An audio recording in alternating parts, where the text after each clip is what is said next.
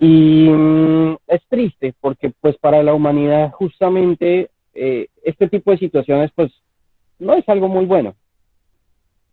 Pero bueno, ¿qué se le va a hacer? La vida es así y el ser humano también es así y eso es una de las cosas que se ha visto por años.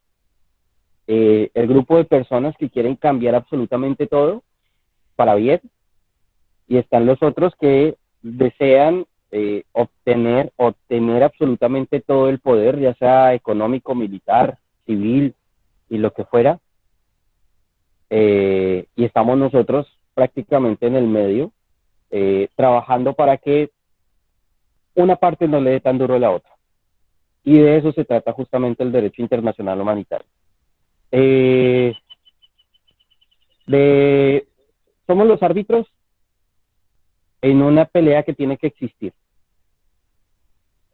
Somos los árbitros en una situación que no debería ser real, ¿sí? Pero que por desgracia eh, y por la lucha de poderes existe. Bien, hoy vamos a ver absolutamente todo lo que son los convenios, los fundamentos, algunas partes históricas de la razón y del uso de algunas armas que le han hecho gran daño a la humanidad. Por eso, justamente, se utilizan o se realizan este tipo de leyes, para el objetivo o con el objetivo específico de no repetir este tipo de situaciones. Bien, eh, entonces, hablaríamos en principio que, a ver, me fijo. Ah, no, mentiras. Antes de empezar, yo quiero preguntarles a ustedes. Quisiera preguntarle a, vamos a mirar quiénes están. Augusto, ¿me escuchas? ¿Me escuchas y me puedes responder? ¿O estás trabajando? No, te está respondiendo por el chat. Por chat. Está en el trabajo. Ah, ok, ok, bueno, listo, igual. No importa, respóndeme por chat, Augusto. ¿Cómo creías tú que ser socorrista internacional iba a tener absolutamente todo esto? ¿Ibas a tener que ver toda esta situación, todo este estudio a nivel general?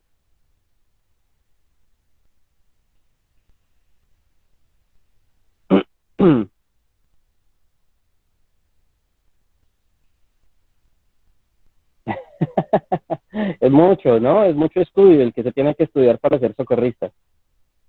Y más, si se quiere ser un socorrista internacional.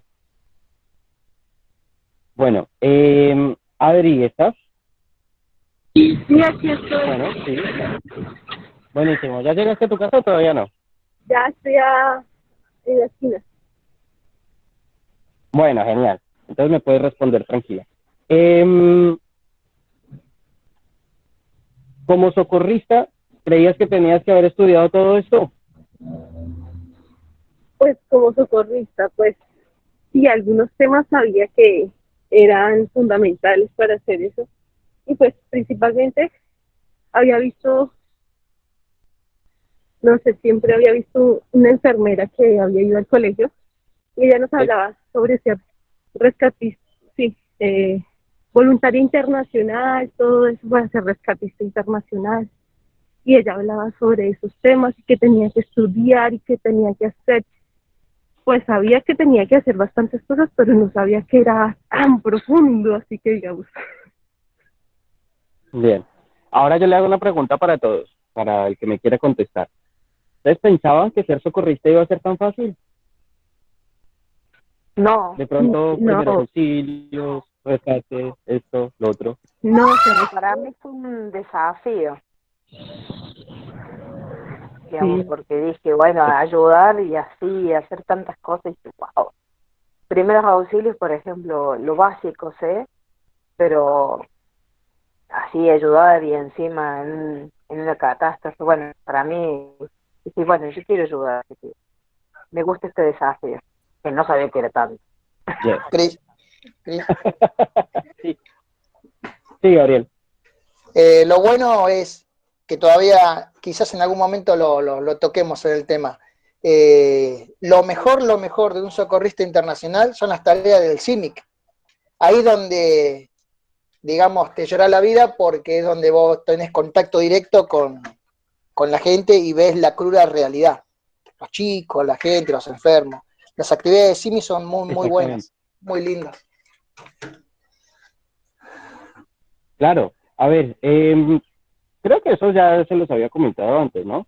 Y soy muy repetitivo en ese tema, y es justamente, pues, que dentro de lo que yo considero es bueno y lo mejor, antes de llegar a tenerlos en un lugar o de enviarlos a un lugar, eh, para realizar cualquier tipo de trabajo con la gente, pues, a ver, lo mejor es estudiar un poquito, ¿sí? Que si vamos a ayudar a las personas, lo hagamos correctamente y lo hagamos de la mejor forma.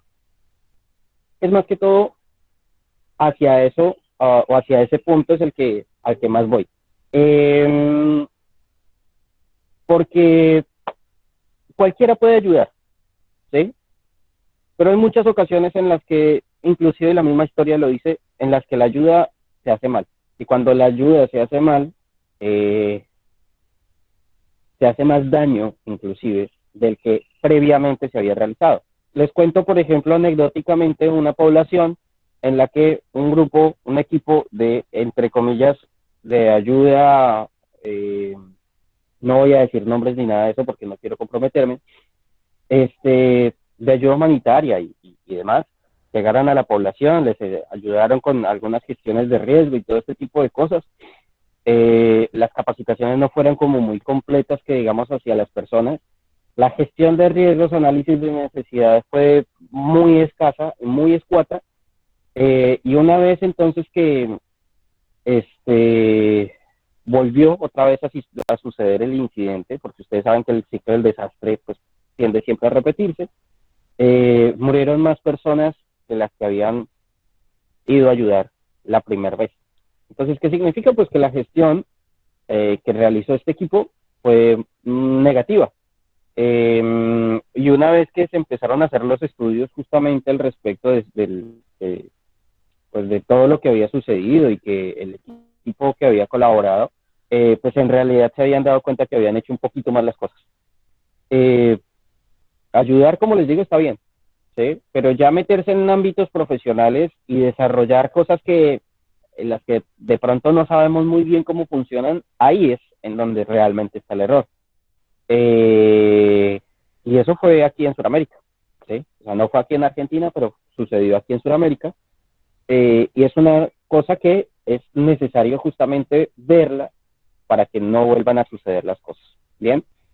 Y pues para que no nos vaya a pasar eso.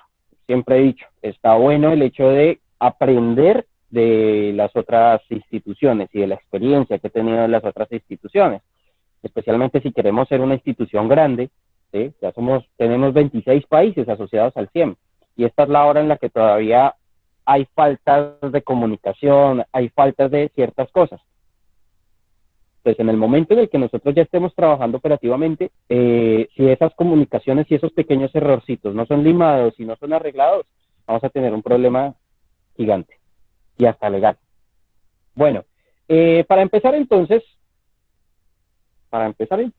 ahí me veo, ¿sí? Ahí ven lo que es la introducción. También conocido como el derecho internacional humanitario, es también conocido como el derecho de la guerra. Es el literal estado de un árbitro en un ring de boxeo. Bien, se puede pegar, ¿sí? Vence entre ustedes dos, pero no vayan a salir a darle al público en la jeta. Discúlpenme la expresión. Es lógico, ¿no? Si ustedes dos son los contendientes, ¿por qué tienen que pagar otras personas? Con esa mentalidad prácticamente podríamos hablar que está realizado el deporte. Pero por desgracia la guerra justamente no tiene esas lógicas de la situación. Las guerras de hace mucho tiempo se citaban prácticamente, y eso lo vivimos, bueno, más bien no lo vivimos, lo vimos en situaciones históricas, en donde se citaban los dos bandos en un lugar y se hacía la batalla, ¿sí? Se generaba la batalla, en donde muchos civiles o en donde muchas personas, en definitiva, de pronto no tenían mucho que ver ahí.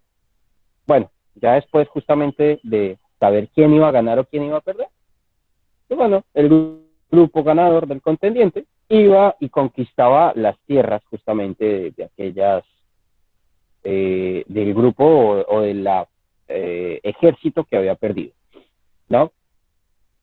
Pero durante el tiempo de la batalla prácticamente no existían personas alternas ni personajes civiles que se encontraran ahí. Lógico, hay otras historias en las que cuando se realizaba la conquista, los civiles eran los primeros que estaban pagando en esa situación. Históricos, los vamos a ver.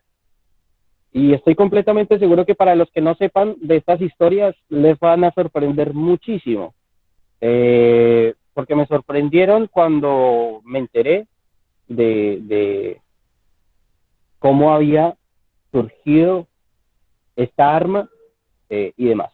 Pero bueno, entonces estamos hablando del derecho de la guerra, que es una serie, un conjunto de normativas que lo que buscan es limitar los efectos de los conflictos armados.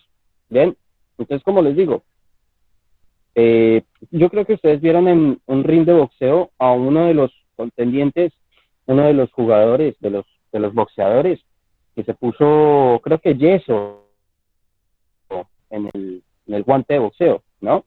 Y el otro no sabía absolutamente nada y le daba y le daba y le daba y le volvió la cara, se la desfiguró completamente. No sé si perdió o ganó, pero justamente ahí fue donde cuando miraron el guante, creo que le ganó, ¿sí? Le rompió por completo toda la cara se la desfiguró.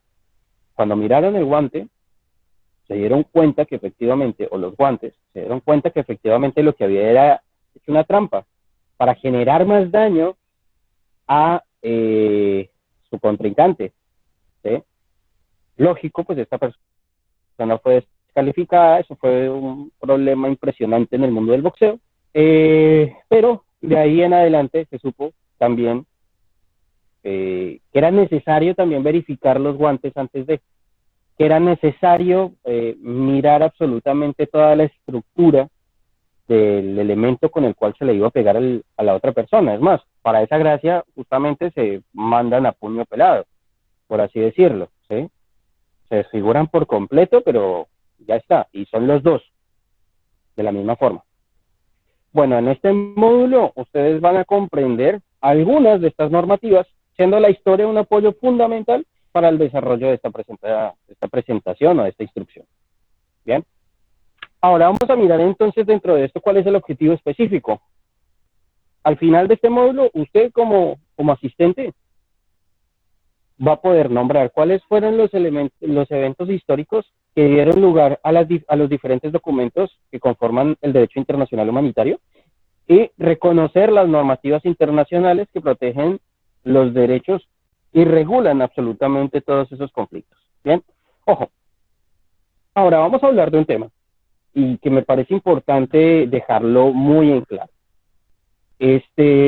Por más que existan todas estas normas, los estados firmantes justamente están entre comillas en la obligación de cumplir con esas normativas.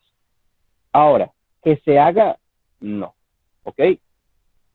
Han habido países que firman y que no se encuentran, ¿sí? Firman y después prácticamente dicen, no, ya no juego así, ya no quiero, ¿sí? Como sucedió, bueno, eso se los voy a dejar como tarea, pero han habido varios sucesos justamente de esa forma, que se conta la misma normativa. Entonces es una cosa bastante compleja para entender, ¿bien? Vamos a ver algunos aspectos destacados justamente del derecho internacional humanitario. En principio, el derecho internacional humanitario es un conjunto de normas firmadas por algunos, no todos, los estados del mundo, comprometiéndose a hacerlas cumplir ante cualquier conflicto. ¿Bien? Entonces, estos dos protocolos, si ustedes se dan cuenta, fueron generados y fueron realizados. O sea, el tratado literal, como tal, fue realizado en el año de 1949. Los otros dos protocolos fueron desarrollados o fueron realizados en 1977, a raíz justamente de las diferentes situaciones que se vinieron viendo, ¿sí? Y esos espacios, esos vacíos legales, en los cuales pues como que no estaban cubiertas algunas cosas. Bien, ojo, independientemente de haber hecho estos dos protocolos, no indica, o sea, son complementarios, bien, no vienen a darle forma adicional al derecho internacional humanitario. El derecho internacional humanitario realizado en Ginebra o firmado en Ginebra en 1949 es uno solo, ¿ok? Ya lo vamos a desplegar, vamos a ir mirando cada uno de los puntitos, porque es muchísimo, es muy largo, son 250 páginas, pero pues cuáles son los títulos principales y de qué se tratan cada uno de estos, ¿bien? Después, entonces tenemos justamente un desglose de cada una de las convenciones que se han venido realizando con respecto a, ¿bien? En 1954, fueron prácticamente 6 años después de haber firmado el Tratado de Ginebra de 1949, en donde se estableció lo que es la protección de los bienes culturales. Bien, en 1972 hablamos de las armas bacteriológicas o armas biológicas. En 1980 estaríamos hablando de la Convención de Armas Convencionales. Bien, ahí en este tema de armas convencionales hay muchísimo para tratar. Después en 1993 hablamos de las armas químicas. Bien, ojo, armas químicas, hablar en 1993 después de la cantidad de armas químicas que se estuvieron trabajando en la Primera Guerra Mundial es dejar muchísimo tiempo. No obstante, igual, también fue importante el hecho de firmar un tratado en donde se establezca que este tipo de armamento no debe ser utilizado en situación de conflictos armados. Y por otra parte tenemos, como les dije anteriormente, algunas ocasiones en las que los países en donde nosotros estamos, en donde se firman absolutamente todos estos documentos, está como por ejemplo el Tratado de Ottawa de 1997, en donde habla de las minas antipersona. Ojo, y ahí justamente ustedes van a ver esta flechita, que no sé por qué se despintó, en realidad era roja, tiene muchísimo que ver con el tema de armas no convencionales, por así decirlo. Es un tratado que lo que hace es validar y darle un poquito más de forma al tema de armas convencionales, ¿ok? Y todo esto también adicionalmente, después se forma el protocolo facultativo de la Convención de los Derechos del Niño y su acción en los conflictos armados. Bien, ese es un tema, por eso no tiene fecha, porque al día de hoy todavía se sigue actualizando, ¿sí? Las normativas y la reglamentación con respecto a los niños, que de por sí debería existir como algo que no se tiene que tocar, ¿sí? Durante la situación de conflictos armados los niños no deben ser parte de la guerra. No obstante, igual, ante ese tipo de situaciones en donde se ve que realmente es imposible decirle que no a esta situación, o sea, ya ves por ejemplo en Yemen niños de 9 años con escopetas, desde los 7 años ya están teniendo armas, revólver, cualquier tipo de arma y de munición ya en las manos un niño. Entonces se generan y se crean diferentes reglamentos justamente para todo este tipo de situaciones. En principio, como les digo, todo esto, esta situación está completamente penada a nivel internacional. Pero ¿quién es el que hace las penalizaciones de este tipo de situaciones? Díganmelo ustedes, por favor. ¿Ustedes quiénes creen que penaliza las situaciones, este tipo de situaciones?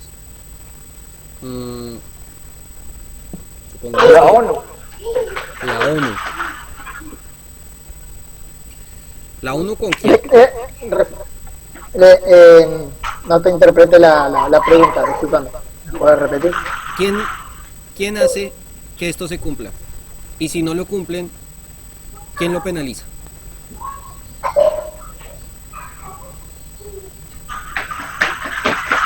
A ver, para.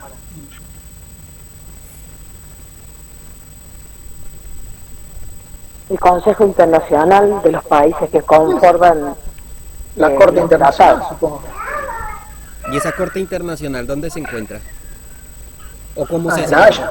La Haya, muy bien, exactamente, gracias Gabriel. Efectivamente La Haya, la Corte Internacional de La Haya es la que se encarga de verificar junto a la ONU, junto con los diferentes organismos de la ONU, que estas convenciones y todas estas documentaciones se hagan firmar, ¿sí? Y se hagan valer y se cumplan realmente. Bueno, en principio tendríamos el Tratado de Ginebra justamente de 1949, el primero, como ustedes lo vieron acá, es este, de aquí arribita, el Tratado de Ginebra de 1949. Estaríamos hablando prácticamente que se trata de un documento con 9 capítulos, ¿bien? En el primer capítulo vamos a encontrar todo lo que son disposiciones generales. En el segundo capítulo vamos a encontrar todo lo que son heridos y enfermos. ¿A qué se refieren con heridos y enfermos? Pues a todas aquellas personas que se encuentran en una situación de conflicto armado, que una, o están heridos, o dos, están enfermos previos a la situación o durante la situación. Entonces, ¿qué se tiene que hacer con estas personas? ¿Cómo se tiene que realizar la evacuación? ¿En qué lugares es el mejor lugar para tenerlos? ¿Cuánto tiempo máximo tiene que estar una persona herida o enferma? ¿Qué tipo de herida se tiene que realizar? Un traslado urgente. Se dan las diferentes prioridades justamente para los diferentes tipos de heridas. Bien, en el tercer capítulo vamos a encontrar unidades y establecimientos sanitarios. Entonces, por ejemplo, en dónde se tienen que encontrar, cómo tienen que estar marcados, cómo tienen que estar señalizados, porque cada uno de estos lugares tiene que estar señalizado. Mismo lo dijo Gabriel justamente en la clase pasada. Cruces rojas grandes, ¿sí? Con un fondo blanco, en donde indique prácticamente a aeronaves y a diferentes elementos, ¿sí? Sea satélite o lo que fuere, con vista superficial, que se trata de un hospital, bien, o de un lugar por lo menos en el cual existen o hay heridos, hay personas, no hay ninguna persona, no hay ningún combatiente ni nada de ese tipo de cosas. Acuérdense ustedes, vuelvo y lo digo, que una persona una vez que deja el arma deja de ser un combatiente, de acuerdo a las normativas internacionales, bien, por más que tenga uniforme deja de ser combatiente. En cuarto, vamos a ver personal. ¿Qué tipo de personal? ¿Para qué tipo de personal estamos hablando? Y cómo se desarrolla esta situación.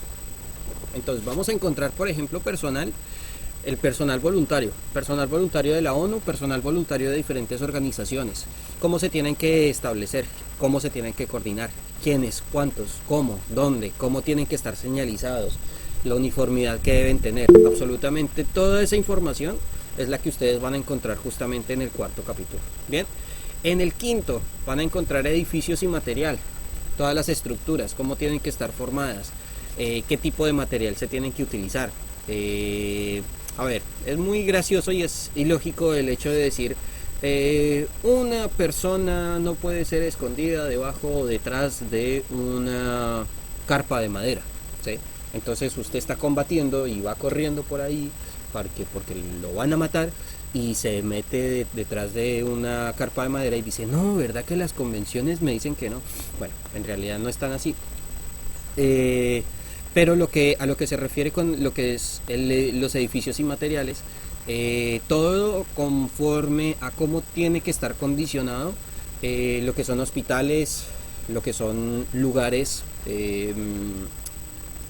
puestos militares, ¿sí? Y demás, para poder resguardar a las personas. Bien, porque con respecto justamente a los diferentes tipos de armas, pues ya sabemos prácticamente que hay ciertos concretos, ¿sí? Se estalla una granada, hay algunos tipos de concreto específicamente que no van a soportar y que la estructura va a colapsar. Ante diferentes tipos de explosivos, cómo funciona, qué pasa y todo este tipo de cosas. Entonces, por eso el capítulo 5 habla justamente de los de edificios y el material. El sexto habla de transportes sanitarios, qué tipo de vehículos se tienen que movilizar, cómo tienen que estar pintados, la señalización, absolutamente todo eso, algo muy similar al tema de personal. Bien, el séptimo, el signo distintivo. De acuerdo a la región, usted tiene que utilizar un signo distintivo, ¿lo sabía? ¿Qué pasa si yo agarro, me pongo una cruz roja encima y me voy para Siria?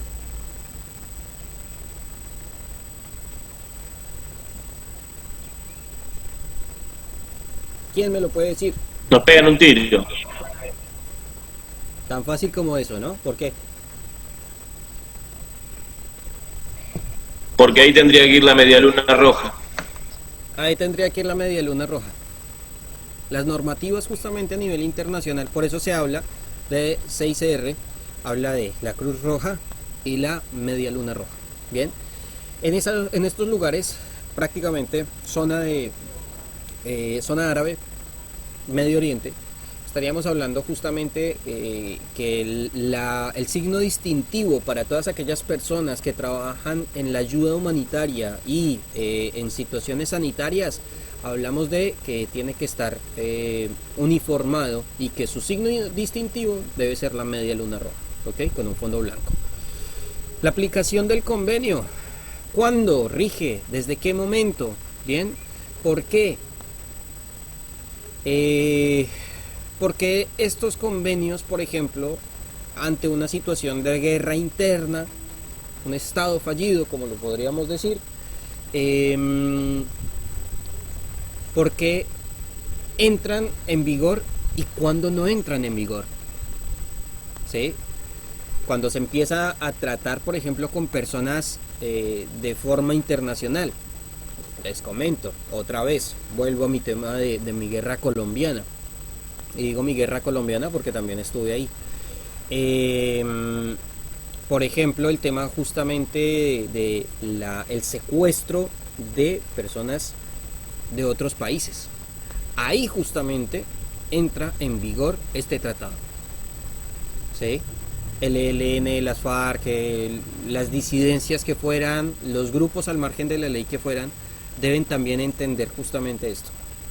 Porque una vez que tocan a una persona de otro país, le están dando prácticamente el permiso a este país para empezar a realizar cualquier tipo de procedimiento para recuperar a esta persona. Lógico, con el permiso del Estado. Entonces, ¿qué pasa? Que el Estado mismo se va a hacer más fuerte. Por ejemplo, en el caso de la guerra interna que nosotros hemos tenido en Colombia, secuestran a muchas personas y eso es un problema interno del Estado. El Estado interno tiene que mirar cómo hace que estas personas secuestradas vuelvan a la libertad. Pero resulta que dentro de este grupo de personas secuestradas hay una persona de Estados Unidos. Y Estados Unidos se entera. Entonces automáticamente van a empezar a tener conversaciones directamente con el Estado colombiano. Como el Estado colombiano no puede y no sabe específicamente en dónde se encuentran estos grupos al margen de la ley o dónde están las personas, automáticamente el Estado de Estados Unidos puede empezar a realizar cualquier tipo de procedimiento para recuperar a esta persona. Por tanto, va a fortalecer absolutamente todo lo que son sistemas de detección, armamento, o sea, todo lo que no tenía Colombia lo puede tener justamente gracias a Estados Unidos para recuperar a estas personas. Por eso, por ejemplo, se habla en muchas ocasiones de batallones de personal entre comillas gringo, por no decirlo, o sea, sé que es mal llamado así, pero pues la gente y la comunidad en realidad lo llama de esta forma, de personas norteamericanas, se encuentran justamente en el país, ¿sí? En este país, pero es a raíz justamente de todas estas situaciones. Es más, les comento, en el año 2015 2015, si no estoy mal, 2013-2015, una persona del FBI fue abatida en Colombia. Se imaginarán el terrible problema en el que se metió el Estado colombiano. Y lo peor de todo fue que esta persona del FBI fue abatida por un ladrón de la calle. Lo mató. Así que se imaginarán ustedes el problema tan impresionante que tuvo el Estado colombiano, no solamente con los Estados Unidos, sino con esta organización que es tan fuerte y tan inteligente, podríamos llamarlo así. Ahora, también tenemos algunos capítulos dentro de todo lo que es justamente el Tratado de Ginebra del 12 de agosto de 1949. Vamos a hablar también de todo lo que son la suerte, aliviar la suerte que corren los heridos, los enfermos y los náufragos de las Fuerzas Armadas en el mar. Bien, este es uno de los capítulos, por así decirlo, una de las secciones que tiene el tratado en general, ¿ok? Esta sección contiene 8 capítulos. Bien, en principio lo que son las disposiciones generales, el contexto como tal. En segunda parte, los heridos y enfermos y náufragos. Entonces, ¿cuándo se considera náufrago? ¿A partir de cuántas millas náuticas una persona se considera náufrago? ¿Sí? ¿A partir de cuántas millas náuticas de la masa continental, por así decirlo, una persona se encuentra en mares internacionales? ¿Qué pasa cuando entra en mares internacionales? ¿Por quién puede llegar a ser rescatada esta persona, este náufrago? ¿Cómo tiene que ser tratado? ¿Cómo tiene que, cuáles son los procedimientos? Absolutamente todo lo que necesitan saber con respecto a situaciones en el mar, aquí en este capítulo o en esta sección, en la segunda sección del convenio, lo van a encontrar. Bien, en tercer punto, barcos y hospitales, cómo tienen que estar señalizados, los colores, absolutamente todo el tema de personal. Similar al personal, lo mismo con el personal, cómo tiene que estar, las normativas en generales de seguridad también en el mar y demás. Transportes sanitarios marítimos, ¿sí? Cómo tiene que ser la evacuación a nivel marítima, de qué forma, cuántas personas o cuántos equipos y de qué forma pueden estar protegidos. La aplicación del convenio, desde qué momento entra justamente este convenio internacional a regir ante ese tipo de situaciones. Y por otra parte, cómo es la represión de los abusos y de las infracciones, o sea, quién entra aquí a regir, quién entra a trabajar en cada una de estas cuestiones cuando no son, cuando la reglamentación no se sigue, ¿sí? Supongamos entonces que una persona se va para un cubano, suelta una balsa y trata de llegar a Miami. Y en el trajín, en ese intermedio, hay una balsa o un equipo de Nicaragua. Y lo levanta y se lo lleva para Nicaragua. Entonces ahí entra la Haya a decir, ¿qué hacías de Nicaragua? ¿Qué hacías en esos territorios? Si no corresponde. ¿Por qué? Entonces ahí, lógico, el Estado nicaragüense tiene que informar qué era lo que estaba haciendo esta embarcación en ese lugar, ¿sí? Que, a ver, se tienen delimitadas muy perfectamente, pero perfectamente las zonas marítimas. Sucedió, por ejemplo, en Colombia. Es muy gracioso, muy gracioso. El mar colombiano contenía una gran parte de, el territorio y la frontera marítima colombiana contenía gran parte justamente del mar Caribe, a raíz de contener justamente lo que es la isla de San Andrés y los Cayos, los diferentes archipiélagos, San Bernardo, Roncador, son 5 diferentes archipiélagos los que se encuentran ahí. Yo lo digo y conocí cada uno de estos cayos. Son terrenos prácticamente de 200 metros a la redonda, nada, un pedacito de tierra nomás. De acuerdo a las convenciones de la Haya, exigen que hayan mínimo 7 personas de una misma nacionalidad para que este espacio terrestre o para que este espacio marítimo, por así decirlo, se considere de un país. Entonces, ¿qué hace la Fuerza Armada Colombiana? O la Armada Colombiana. Envía equipos contingentes de 12 personas, de 15 personas, específicamente soldados o infantes de marina, a estas regiones, ¿sí? A estas islas. Un mes completo metido ahí, completito, ¿sí? No ves más que agua. Algunos son más bonitos que otros. Algunos tienen, por ejemplo, 30 metros de ancho por 70 metros de alto, de largo. Y eso es toda la isla y eso es el lugar en donde tienes que estar habitando durante un mes. Ahora bien, este espacio marítimo correspondía justamente a todo Colombia.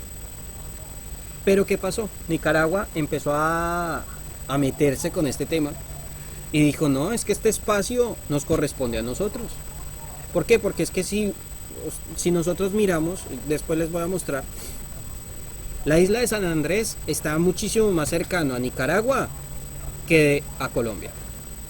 A Nicaragua, en una lancha rápida te demoras 2 horas para llegar a San Andrés. De Colombia a San Andrés, en una lancha rápida no llegas, porque no hay tanque de gasolina prácticamente o de nafta que te soporte de ahí hasta allá. Son más de 8 horas. Entonces, ¿qué pasa? Que vas a tener que tener una cantidad de combustible para poder llegar desde Colombia hasta San Andrés en una lancha rápida. ¿Qué pasa? Entonces, lógico, si Nicaragua quisiera conquistar o quisiera tener el espacio de San Andrés, lo podría hacer tranquilamente. Lo que pasa es que Nicaragua no tiene fuerzas militares como para ese tipo de situaciones. Pero entonces entró por la parte legal. Ahora, lo que dice justamente después de una pelea y una cuestión legal larguísima que hubo entre Nicaragua y Colombia, dijo, listo, está bien. Las fronteras marítimas se las vamos a dar a Nicaragua, porque corresponden. No sé cómo lo supieron, no sé qué dijeron, por qué razón o a raíz de qué. Se las vamos a dar a Nicaragua. Y entonces todo el mundo dijo, bueno, pero es que si la zona como tal, en general marítima, corresponde a Nicaragua, significa que San Andrés y Los Cayos corresponden también a Nicaragua. No. San Andrés y Los Cayos se los dejaron a Colombia. Más 20 millas náuticas al revés. O sea, todo lo que usted cuando se levanta a X cantidad de metros, 30 metros por ejemplo, y ve a la redonda, esos son 20 millas náuticas. Eso es lo que le corresponde, punto. Pero de ahí para arriba son mares nicaragüenses. Entonces ustedes ven el mapa, por ejemplo, cuáles son las tierras colombianas o las fronteras colombianas. Entonces va a haber, por ejemplo, las islas y un circulito redondo con la misma forma alrededor, 20 millas náuticas, y eso es lo que corresponde a la tierra colombiana. ¿Un robo? No sé hasta dónde, pero es muy gracioso. A mí me pareció supremamente gracioso justamente después de eso. Pero habrá sido más o menos porque yo estuve en la Armada para el 2010. Y habrá sido en el 2015 más o menos que habrá sucedido esta situación. Muy gracioso, la verdad, ver cómo la Haya le da la frontera marítima a un país, pues que la verdad no lo puede llegar a aprovechar tampoco. No es. Muchas personas dijeron que pues esto justamente se le entrega a Nicaragua a razón pues para que pueda extender plataformas petroleras a lo largo del Mar Caribe y empezar a explotar toda esa región. Ojalá que no sea así, porque el daño ambiental es gigantesco. Bueno, por otra parte, vamos a encontrar dentro de este mismo documento todo lo relativo debido a los prisioneros de guerra. Bien, es importantísimo entender cómo tiene que ser tratado un prisionero de guerra. Ahí, en este documento vamos a encontrar todas las referencias. Valga la redundancia, ahí no me fijé que había escrito eso, con referencia a los prisioneros de guerra. O sea, toda la documentación con referencia a los prisioneros de guerra. incluyendo las diferentes sanciones y trámites judiciales como las diferentes penas establecidas por una nación. ¿Qué quiere decir eso? Por ejemplo, voy otra vez a los ejemplos. No sé si, por ejemplo, ustedes saben que Japón no tolera el narcotráfico. Una de esas situaciones, por ejemplo, es que si te encuentran con X cantidad de gramos, no sé si es a partir de un solo gramo, de cocaína o de marihuana que llegan a encontrarte, tienes pena de muerte de una vez. Lógico, para los burrier que se le llaman, o los burros como le llamaríamos en Colombia, que son las mulas, perdón, que son las que van cargadas de cocaína o de X sustancia de un país a otro. Lógico, pues por una cantidad de dinero exorbitante les muestran a ellos, porque en realidad no les pagan esa cantidad. Pues ir a Japón es prácticamente ir directamente a la horca, ¿sí? Porque hay muchos que de pronto puedan llegar a pasar, pero la mayoría en realidad no, y se sabe que directamente van a la muerte. Así que en ese sentido, cuando ese tipo de situaciones pasan, ya se sabe directamente que el Estado colombiano no puede hacer absolutamente nada. Se pelea, sí. ¿Cómo lo diría? Se entra una jurisprudencia ante la Haya solicitando que estas leyes no sean sometidas ante esa persona, y sí. Pero si la ley es de esa región, es lo que se tiene que respetar.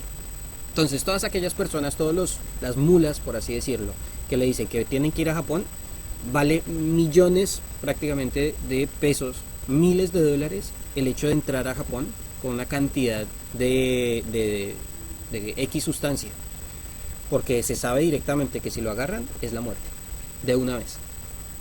Entonces, eso está estipulado también dentro de todo lo que son los prisioneros de guerra. No solamente prisioneros de guerra, aquí estamos hablando, por ejemplo, del tema de narcotráfico, ¿sí?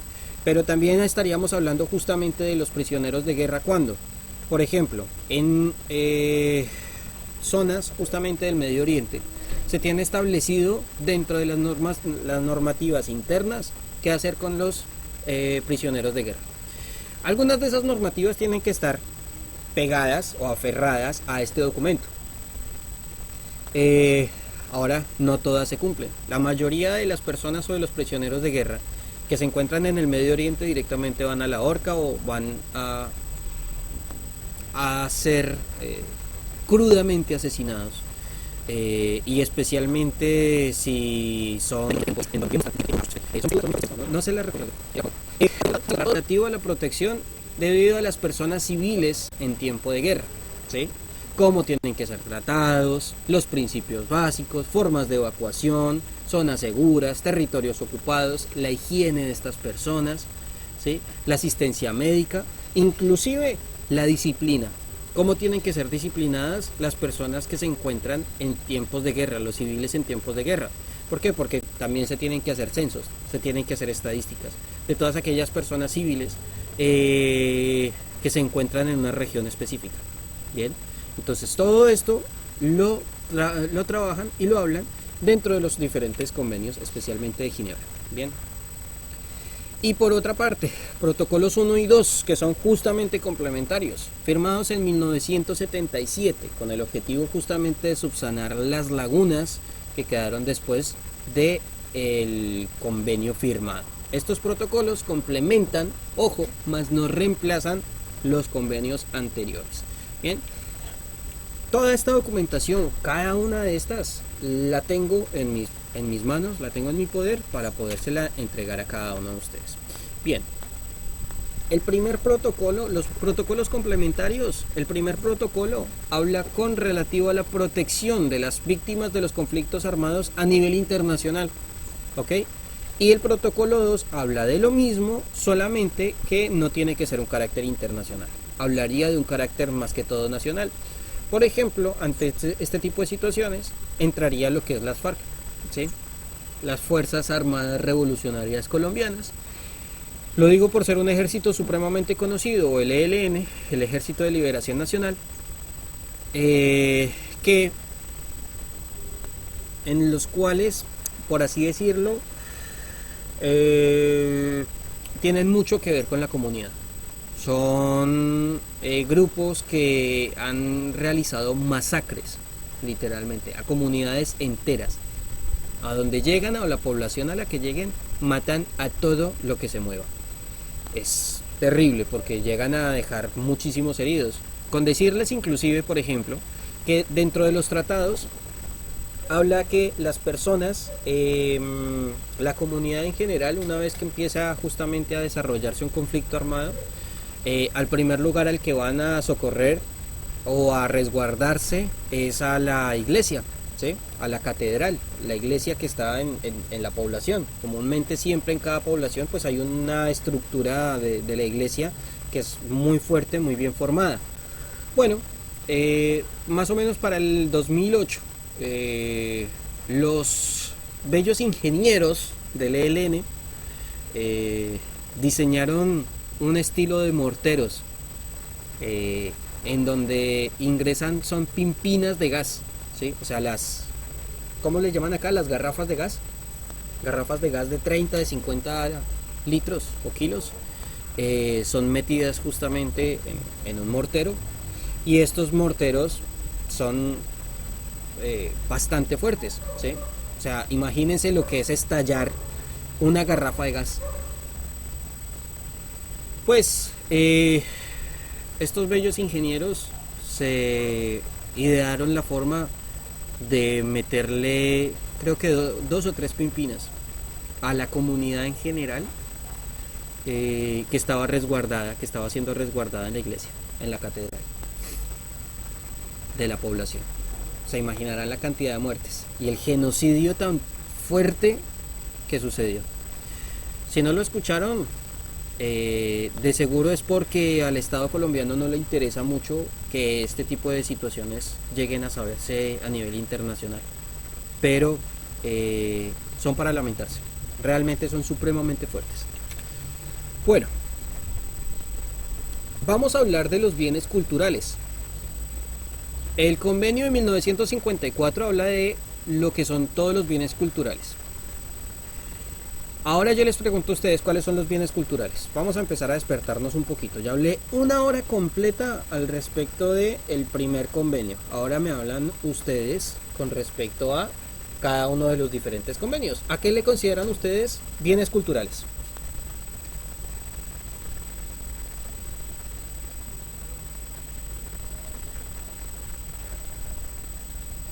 Hola, ¿me quedé solo? Y por ejemplo, en Francia me imagino que al Museo Louvre, donde guardan todas las pinturas, me imagino, ¿no? Estoy pensando así en voz alta, ¿no? Sí, sí, sí. Donde guardan las obras de arte de la historia. Sí, bueno, bien. Efectivamente, el museo, ahí tienes dos bienes culturales. Bueno, en realidad son muchísimos los bienes culturales que puedes encontrar en ese museo, porque vas a encontrar estatuas, vas a encontrar documentos, vas a encontrar la arquitectura misma del museo, es un bien cultural. ¿Qué otros bienes culturales podemos encontrar?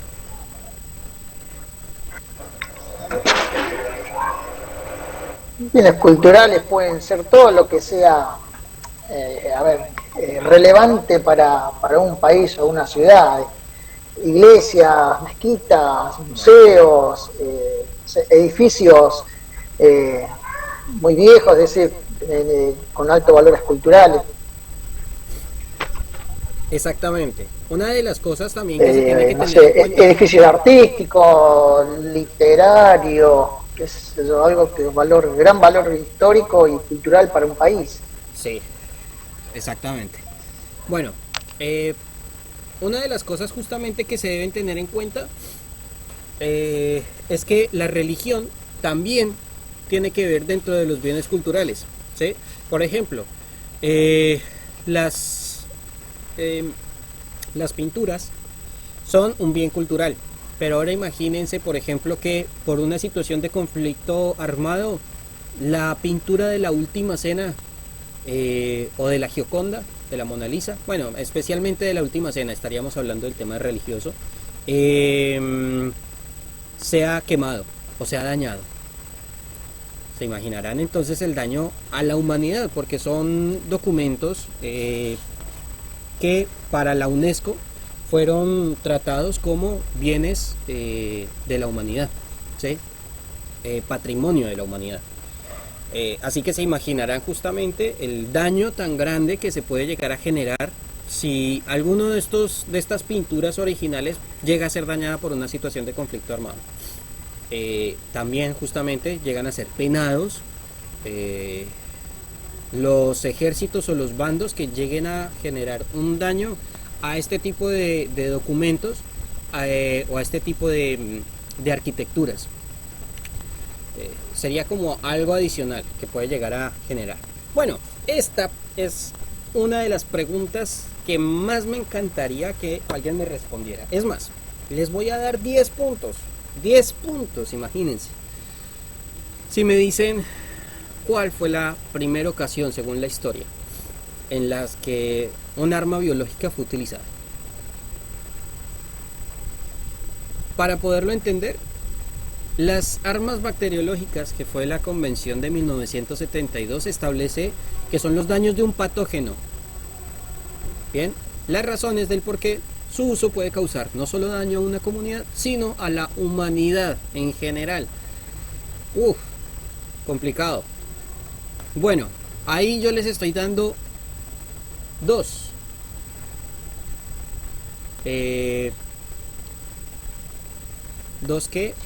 pistas. Fíjense ustedes, 10 puntos. Imagínense, 10 puntos. Yo no regalo tanto. Yo nunca les doy tanto. Ah, bueno. Dime. Puede ser, no sé, si mal no recuerdo, el tema de la viruela, pero hace muchísimos años que no sé si los ingleses utilizaron esa arma biológica contra, no me acuerdo qué nación era. No. Les voy a dar una pista. No, contra Francia, me parece. Con el virus de la viruela. Fue la primera vez, me parece, que se utilizó un arma biológica como se llamaba en ese entonces. Sí. Me parece. ¿Y cómo lo utilizaron, sabes? Ahí no me acuerdo mucho. Yo lo leí, lo estudié en su momento, pero no me acuerdo cómo fue que desparramaron ese virus. No, la verdad que no sé, no me acuerdo. Bueno, estuviste cerquita, pero no. Les voy a dar, ojo, aquí en este lugar, en donde están, tienen 2 pistas. Se los digo más, miren más a fondo.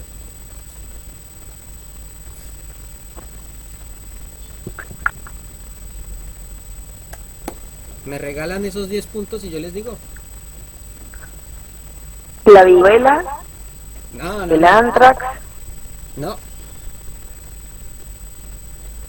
El antrax es muy nuevo para esa primer forma de arma biológica que fue utilizada.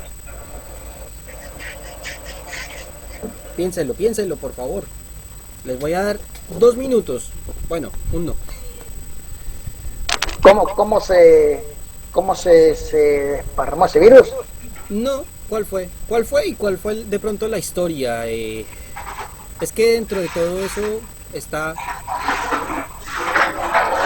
de por sí intrínseco en la historia. Desde cómo se desarrolló hasta cómo se difundió. Es intrínseco. Chris, en la Primera Guerra Mundial, puede ser. No, mucho antes. Mucho antes. Con sobres de correo. No, pero lo popo. No, me parece que fue por medio de, no sé si de ropa, no sé cómo, hicieron una distribución en masa de los virus, me parece, no me acuerdo bien. Pero no fue ni con armamento ni nada, fue algo muy muy básico que tuvieron la creatividad de desparramar ese virus. Creo que fue por medio de la ropa, no, algo así era. ¿Quién da más? Les digo, miren a fondo.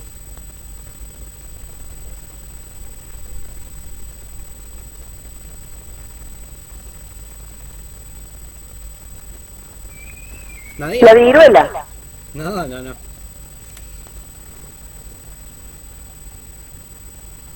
Listo, les voy a decir. Voy a hacer buena onda con ustedes y me voy a ganar esos punticos yo solito.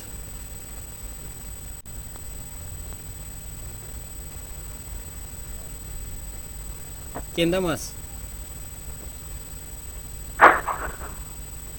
Tiene que ver con este y con este. Con estos dos. Ay, caray. Ay, no lo veo. ¿Puedes volver a hacer la pregunta que nos puse bien? Claro. ¿Cuál? ¿Con el ariete ese? Mira, esto es No. una catapulta.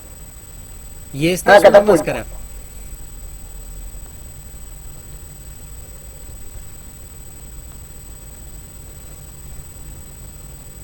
Claro, según la historia, ¿cuál fue uno de los primeros ataques con arma biológica o bacteriológica y que generó más muertes en el mundo en ese momento?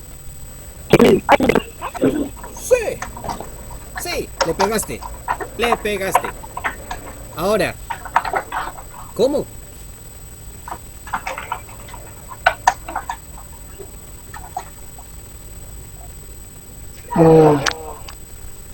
¿Cómo se ocasiona? Sí, sí, sí. La respuesta es completa, son 10 puntos.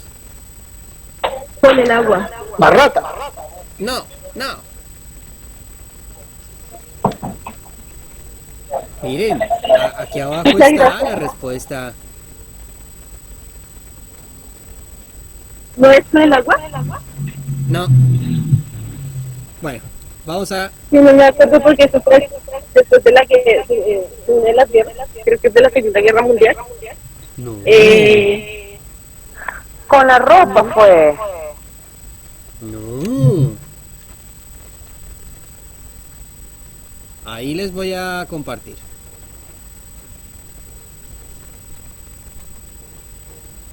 Les voy a compartir cómo fue y ustedes mismos pues me van a colaborar con ese tema. Es muy gracioso que ayer me funcionara bien y que hoy ahora ya no me funciona.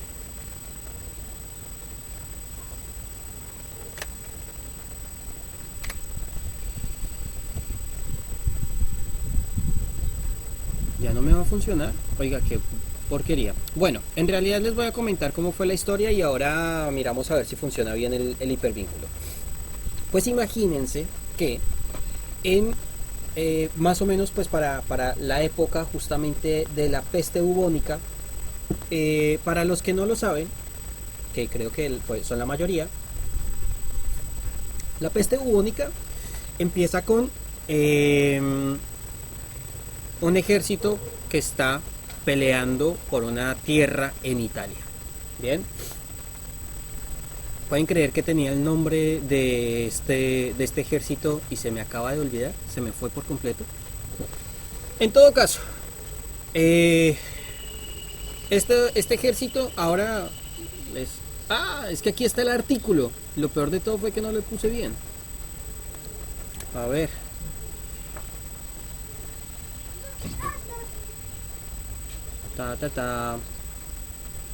Entonces, imagínense que la situación es que este ejército se empezaron a enfermar absolutamente todos y les empezó justamente a dar esta peste.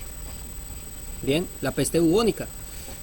¿De qué forma? Le empezaron a salir ampollas negras que cuando explotaban eran un olor pútrido, un olor fétido. Y todas aquellas personas justamente que les daba esta infección empezaban a morir. Esto sucedió en este ejército,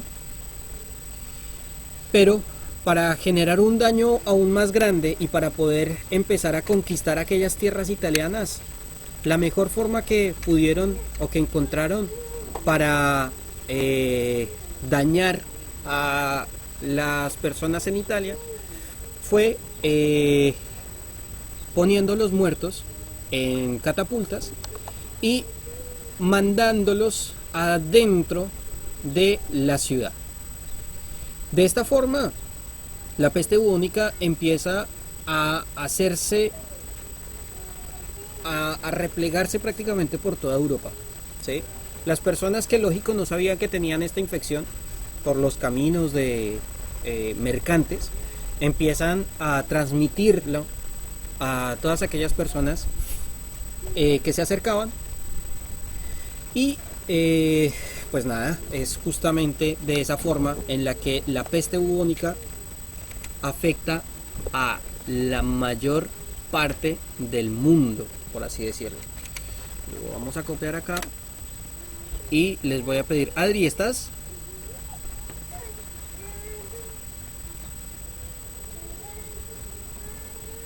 Adri, buenas.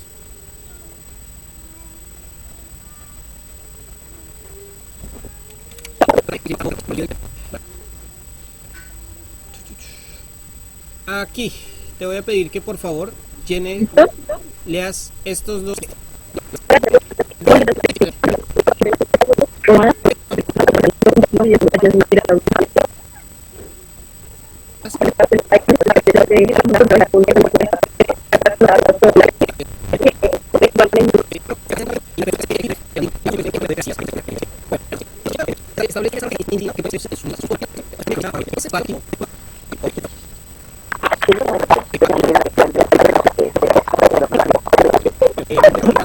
No estamos hablando de matar a la persona, ni al otro, ni de destruir por completo, como lo mismo estaba diciendo ahora recién Florencia.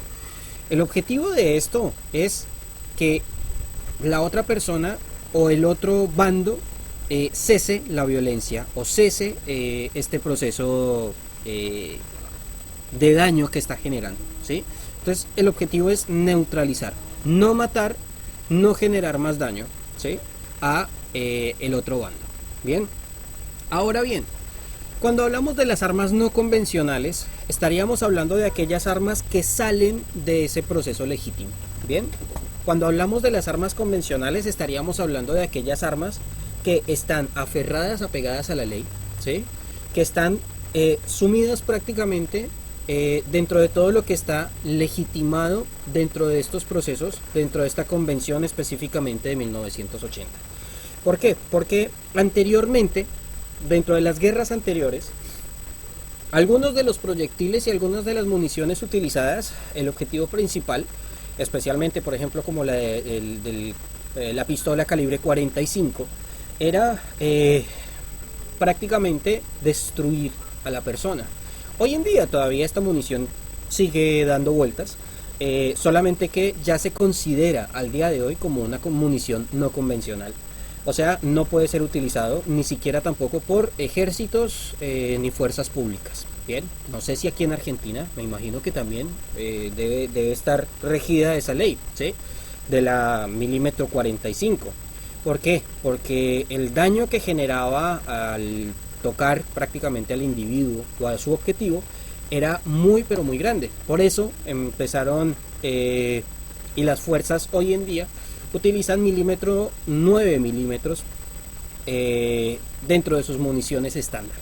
Bien, también existen otras, justamente de los proyectiles un poco más grandes o de las ojivas, como son de los fusiles, ¿sí? Nosotros en Colombia utilizábamos la munición, ayúdenme, la verdad no me acuerdo, Gabriel, no sé si tú sabes, la munición del Galil, creo que es 13, ¿no? ¿Del Galil israelí? ¿No es 5.56? No recuerdo. Creo que sí, Galil ARM 556, me parece. Bueno, son municiones estándar. Ahora vamos a ver una imagen. Sí, 5.56. Los proyectiles convencionales. En la imagen del lado izquierdo ustedes se pueden dar cuenta, en un bloque de arcilla, el daño generado a ese bloque de arcilla por la munición. Si ustedes se dan cuenta, por ejemplo, el orificio de entrada, ¿sí?, es relativamente grande. Una vez que el proyectil expande, ¿sí?, dentro de el elemento como tal, y el orificio de salida, que el orificio de salida, o sea, el daño generado a nivel interno, se podría considerar como un daño bastante grande. El orificio de salida es pequeño, ¿sí?, Pero si nosotros nos damos cuenta, por ejemplo, acá, en estas municiones no convencionales, estaríamos hablando, por ejemplo, de Smith & Wesson, no sé cuál sea esta marca y no sea... En todo caso, las municiones no convencionales son municiones, por ejemplo, que tienen fragmentación interna, ¿sí? Otra que tiene la punta hueca con el objetivo de que se expanda una vez que toque su objetivo. Munición explosiva que explota una vez que también toca su objetivo. Y munición 45 que lo que hace es generar un daño bastante grande una vez que toca su objetivo. Bien, si ustedes se dan cuenta, por ejemplo, este es el orificio de entrada dentro de un bloque de arcilla similar justamente al que se utiliza para 9 milímetros. Si se dan cuenta, el trayecto, durante todo el trayecto, el daño que genera la 9 milímetros es inferior con respecto a la munición de las armas no convencionales, ¿sí? El orificio de entrada es muchísimo más grande, ¿sí? El proyectil, que es punta hueca como esta, se expande entre 12 y 17 centímetros. Ese tamaño es perfectamente el tamaño de un órgano. Y la salida, el orificio de salida es muchísimo más grande. Nos podríamos quedar hablando de balística todo el día, tranquilamente, ¿sí? Con respecto a la forma en la que ingresa el proyectil, el daño que genera a nivel interno y su orificio de salida. Para eso justamente está establecido este proceso de la Convención de 1980, con el objetivo de estandarizar, de que las fuerzas públicas y las fuerzas militares dejen de utilizar la munición tan grande, ¿sí?, que llegue a generar este tipo de daños a su contrincante.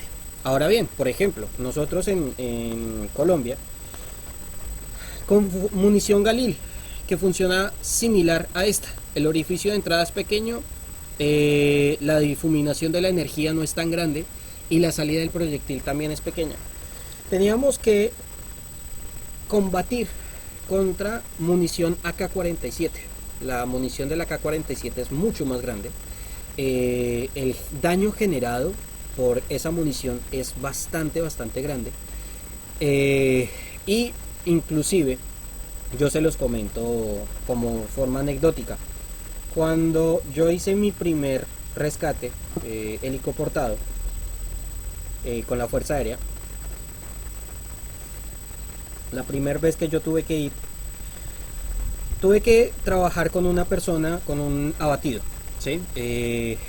Esta vez este hombre ya estaba muerto, lo único que tenía que llegar era constatar. Cuando yo lo miro, el olor era nauseabundo del chaleco multipropósito que él tenía. Era nauseabundo, era horrible, era bastante fuerte. Y su arma también olía bastante fuerte. Era un olor a muerte. Y cuando pregunté cuándo había sido abatido, había sido nomás horas. Entonces era imposible que este hombre oliera tan fétido, oliera tan fuerte. Y lo que me enteré en ese momento es que lo que hacen ellos es untar las ojivas. La ojiva es la parte superior, ¿sí? Prácticamente lo que desprende el arma. Untan las ojivas con materiales orgánicos en putrefacción, por ejemplo con muertos, materia fecal y otro tipo de elementos que se estén dañando, con el objetivo de, si el proyectil no te hace daño pero te roza, tienes 72 horas, porque la bacteria que tiene la ojiva te va a matar.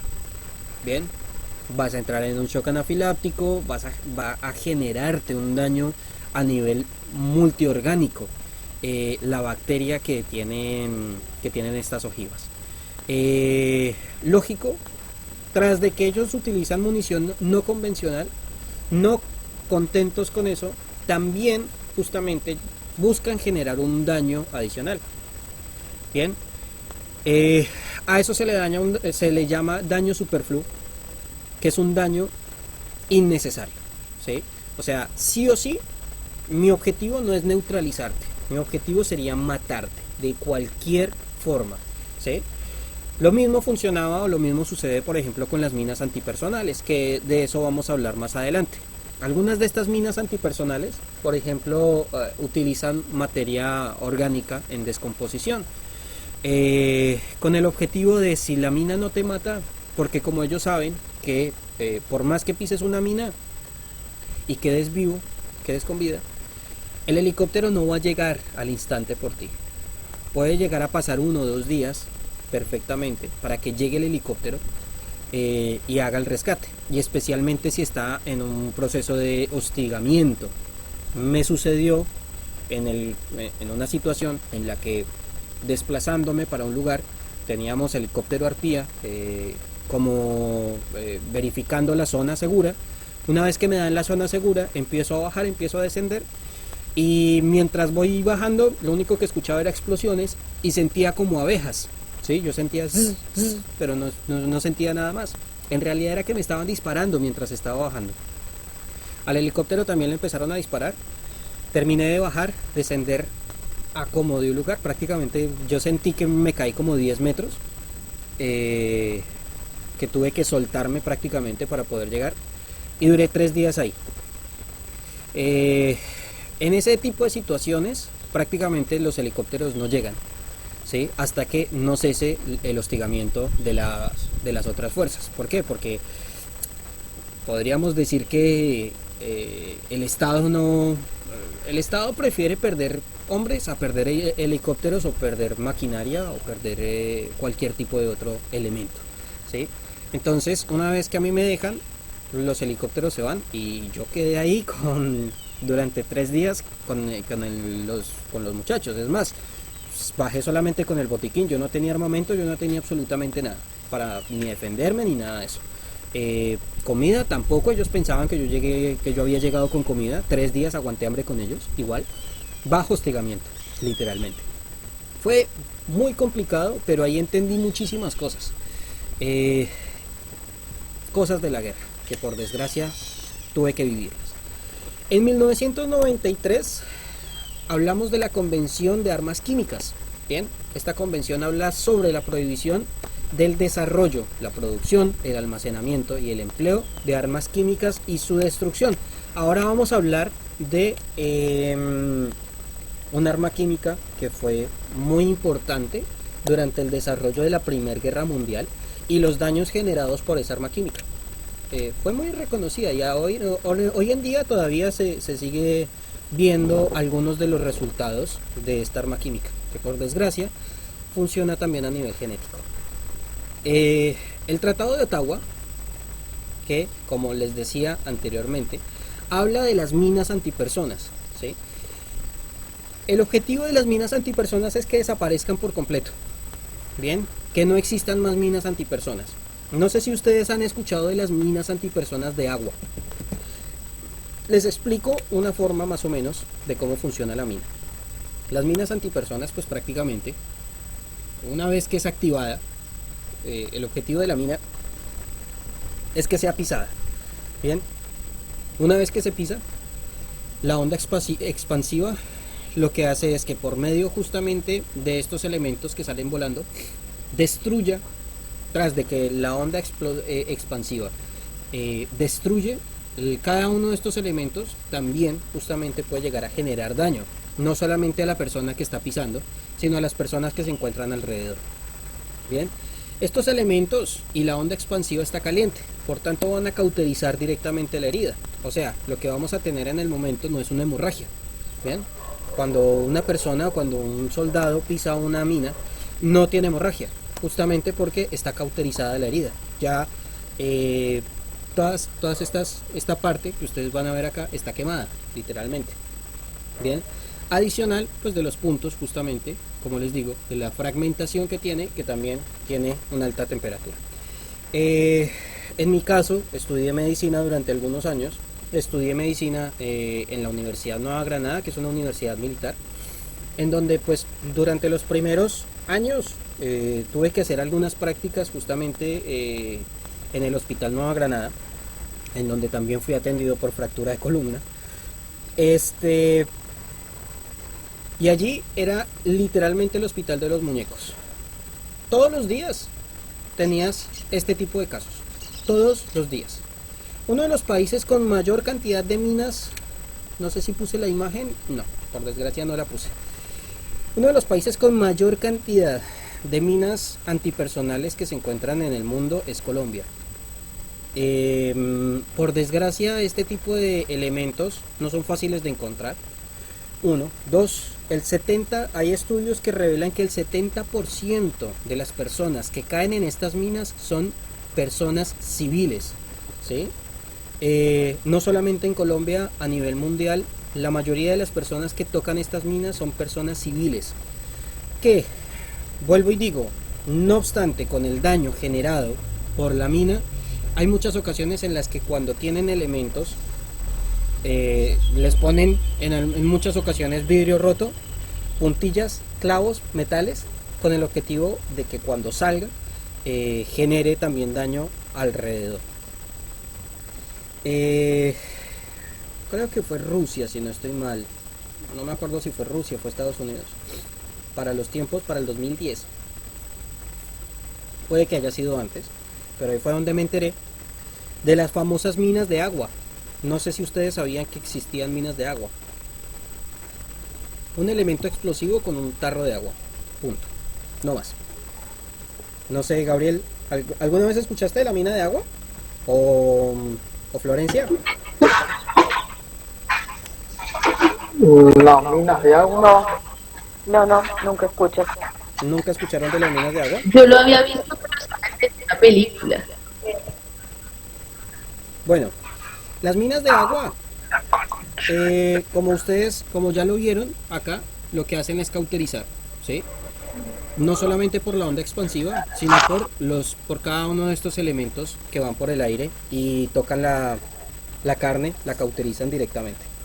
Lo que hace es evitar que hayan hemorragias. Con la mina de agua, prácticamente lo que hacen es que estas gotas no elevan tanto la temperatura. Por tanto, cada gota de agua que sale o que se desprende por el explosivo es un proyectil, ¿sí? Ustedes saben que el agua quieta es líquido, un elemento líquido.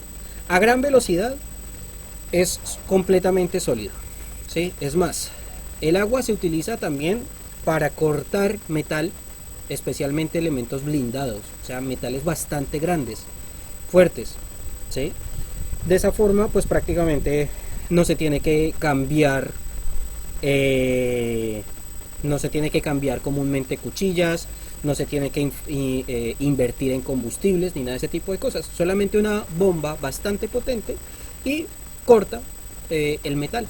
Así que imagínense, una gota de agua a gran velocidad literalmente es un proyectil, pero como es un proyectil que no genera temperatura, entonces sí vamos a tener hemorragia, ¿sí? O sea que esta persona, si pisa una mina de agua, literalmente va a tener una hemorragia que no va a cesar, no va a ser fácil de manejar, ¿sí? Porque literalmente cuando estalla, las arterias comúnmente cuando funciona por rasgue, las arterias tienden a cerrarse porque tienen un material elástico, por así decirlo, ¿sí? Ante este tipo de situaciones las arterias no se cierran y la persona muere de hemorragia prácticamente, no se puede decir instantáneamente, pero sí muere rápidamente. Y adicional, cada una de las gotas que genera la expulsión de la explosión también son proyectiles que van hacia las personas, que pueden también llegar a sufrir también ese tipo de consecuencias. Creo que fueron estudiadas, lógico, por ese daño superfluo generado, no fueron admitidas y por eso, por ejemplo, en Colombia sí se habló algún tiempo de lo que son las minas de agua, y que tuviéramos mucho cuidado y demás. Lógico que yo estaba en San Andrés, yo nunca, dentro de la Armada nunca tuve que ir a la selva, pero alcanzaron a ver por ahí algunos cuentos de que ya existían minas de agua en las montañas colombianas. No sé hasta dónde sea cierto, la verdad nunca llegué a ver un herido o un muerto más bien por ese tipo de explosión o ese tipo de mina antipersona. Entonces, cuando hablamos del Tratado de Ottawa, hablamos de un tratado que no genera un cambio como tal, o sea, que no genera algo nuevo, porque cuando hablamos del Tratado de Ottawa, ustedes lo vieron acá, bueno, en el flujograma, que también habla justamente de las armas no convencionales. Bien, lo que establece justamente el Tratado de Ottawa es todos los daños adicionales que puede llegar a generar una mina. Entonces el objetivo de esto es que no hayan más minas antipersona.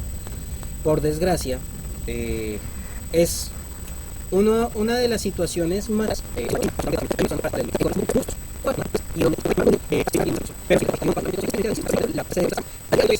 para encontrarlas, para activarlas sin hacerle daño absolutamente a nadie. Dentro de los estudios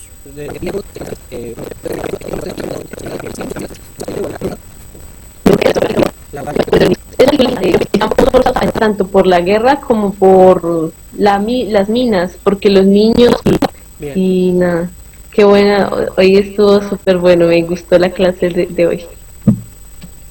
Bueno, qué bien que te haya gustado. Bueno, vamos a terminar entonces con este tema, con el protocolo facultativo para la acción de los derechos de los niños usados en conflicto. Bien, este documento, esto que ustedes ven acá, es las primeras partes de las páginas, el prólogo prácticamente, lo que es la ley 23849. Si no estoy mal, este documento es argentino. Bien, así que esta ley 23849 está habilitada para lo que es el territorio argentino.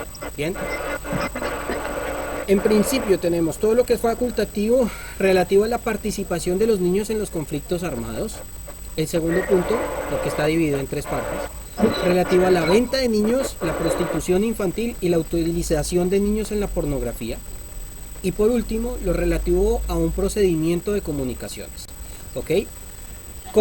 Porque ustedes saben, por ejemplo, que si yo quisiera ahora, en este momento, mostrarles a mis hijos, o a mi hija o a mi hijo, por cámara, grabarlos y enviarlos por YouTube a hacer público, no tengo ningún problema porque son mis hijos. Ahora, resulta que los hijos de los vecinos me aparecen en el video. Yo mando esta publicación por YouTube, ¿sí? Y resulta que ellos no querían que sus hijos aparecieran en el video. Puedo llegar a tener inconvenientes legales, ¿sí? Todo lo que son el proceso de comunicación con los niños es muy sensible. Entonces, para eso justamente existen muchísima normativa, muchísima ley, especialmente este protocolo facultativo, que los protege en muchísimos aspectos a nivel legal, y especialmente la ley 23849 que rige aquí en Argentina, que prácticamente protege también y hace uso de las facultades a nivel internacional para activarlas aquí en Argentina. Bueno, ahora, para un trabajo de 10 puntos. Bueno, Adri, te ganaste 5 porque no me dijiste todo, ¿vale? Entonces te ganaste solamente 5 puntos. Bueno. Con respecto a los puntajes, para que lo tengan en cuenta, vamos a ver, porque si no se me olvida. Con respecto a los puntajes, el objetivo es que nosotros con Mai vamos a hacer prácticamente pues como un documento en donde les vamos a indicar a cada uno de ustedes cuánto puntaje tienen, ¿sí? De acuerdo con todo el proceso que llevamos, y vamos a hacer como una retroalimentación, ¿ok? Así van a saber ustedes, cada uno de ustedes, cuál es el puntaje que tienen. Yo pensaba hacerlo público, pero me dijo preferiblemente no lo hagamos así tan público que todo el mundo se entere, sino que cada uno de ustedes sepa cuál es el puntaje que tienen. Así pues una vez que lo tienen, que van teniendo el puntaje para saberlo, ya saben que cada vez que participen tienen una cantidad y todo esto. Así cuando puedan ingresar al sistema académico ya sepan directamente cuál es el puntaje que deberían tener, y en caso de que no lo tengan, pues me hacen la consulta, venga, pero ¿por qué si yo participé? ¿O por qué si estuve?